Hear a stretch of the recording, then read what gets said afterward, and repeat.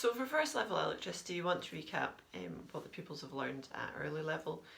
They may have looked at what toys or objects use electricity, which use batteries, which plug in.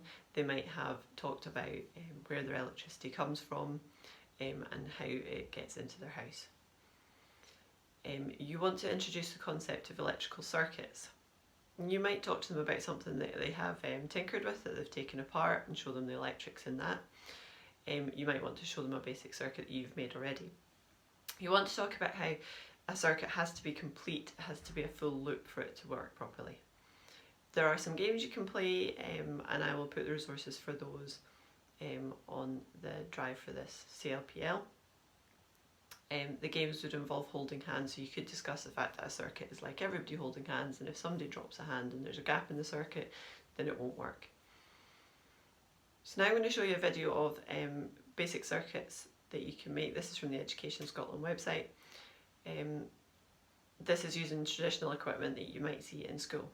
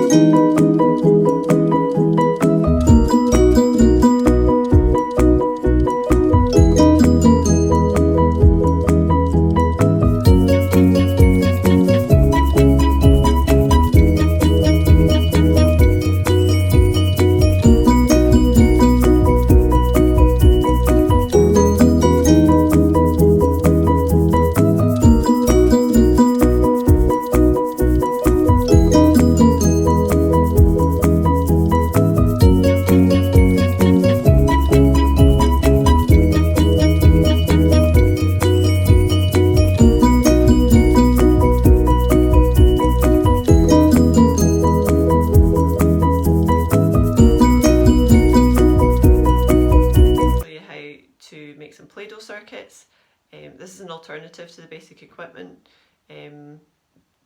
All I bought for the Play-Doh circuits is a packet of LEDs and some battery holders. Very, very cheap. I stole the motor that I used out of one of my child's toys. This is maybe a more basic alternative to the equipment, and actually is a lot more flexible to work with because you don't have to deal with lots of wires getting in the way of your projects. I'm going to show you some exemplar projects that you could do based on simple circuits with lights and motor. So we're going to look at a couple of examples of Play-Doh circuits. So this is normal salt-based Play-Doh. There is a recipe for it which is available with the resources for this video. A battery pack, so I've got 4 AA batteries in here, so that's 6 volts in total. You could use a single 9-volt battery. Each of these LEDs will use approximately 2 and a bit volts. So you need 2 volts per LED you're going to use. I've got various colourful LEDs, so blue, red, green, yellow and white. On an LED, they need to be wired a particular way, so they have one long leg and one short leg. They also have on the edge a flat surface on the plastic. You would need to look a bit closer to be able to see it. You want to have that flat surface facing the same way in your whole circuit. I have 3 components here. This is going to be a bug, these are its wings, this is its face. So I'm going to have to think through how I'm going to put the electricity in here. The LED is going to join this part to this part, this part to this part, and then the electricity is going to flow out through the battery at this end here. So if I'm going to put my LEDs in, I have to make sure I've got the flat surface facing the same way. So the flat surface is on this side, so the electricity is going to flow through here, so I want my flat surface to be on this side this time.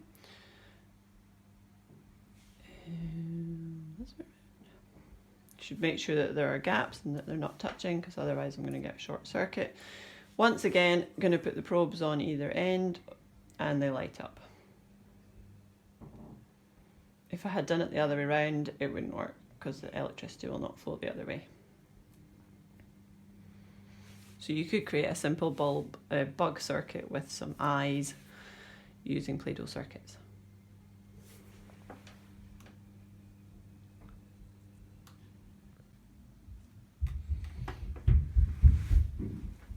You could also create a simple game. So in this circuit, the wire flows from the battery into this lump of Play-Doh, through the LED, through another LED, and into this wire, and this is a switch effectively. So this wire from the battery I've just wrapped around the bottom of that paper clip. I've got the bit of paper on there just to secure it so it's not bending all the time, the connection, because that would make it loose over time and probably the wire would break. So a little bit of card just to secure it, and if this circuit is completed, so the 2 wires touch together, then the bulbs will light. The reason I've got 2 bulbs rather than 1 is because I've got 6 volts in my battery pack here. If you had 2 batteries, that would make 3 volts. You would only need 1 LED. If I put 6 volts through 1 LED, that LED will burst and blow and no longer be useful. So I've got 2 LEDs. It might work for a bit more of a fantastical, you've lost the game. So the game is you have to try and get from one end of the wire to the other end of the wire with the loop without touching them together. If they do touch together, then you lose and you need to stop. You could add a buzzer into this circuit as well, but that would mean to adding to your list of components. It still is effective without. You could get a longer wire if you had hold of one. These are 2 paper clips. If you had a longer wire, it might make it for more of a challenge. So you could build a circuit with a battery pack, some bulbs and a switch to be a buzzer. So if you had one, you could, if you fold up the paper and make a simple switch with 2 paper clips, so when it's open it's disconnected, when it's closed it's connected. You could make this a buzzer for a game show, so when your light comes on you're buzzed. Or you could make a multiple answer question, and the player could guess the answer A by pressing the A button, or guess the answer B by pressing the B button. And when you press them, the lights will come on. If you had a circuit with a motor in it, as demonstrated in the earlier videos, this is a Play-Doh version of that circuit, so we've just got battery pack and there's a motor and a switch behind here. The motor is sticking through the hole. You could make this a random picker for your classroom, so when it stops, whichever one the red arrow is pointing at is what you've chosen. You could make this a class picker for picking names too. So if you close the switch, it'll begin to rotate. When you let go, you've picked a random person, so D. So if you want to make your projects a bit more advanced, you can think about combining different circuits. So in this model of a police car, we have a circuit with 2 LEDs and a switch. So if that switch is closed, the LEDs come on. So this could be a police car or a fire engine, and you could have it manually operated, so Nino, Nino, Nino, Nino, Nino, Nino. Or you could link it with a circuit, a separate circuit, so there's 2 battery packs, 2 separate circuits. The separate circuit just has a motor, and on the motor there is a milk bottle top. It's offset, so the centre of the motor is not in the centre of the milk bottle top, and this causes it to, when it rotates, it's bigger and smaller, so it's a cam. So when this rotates, it's going to press this and let it go, so the lights will flash when the motor is running. So if we close the switch,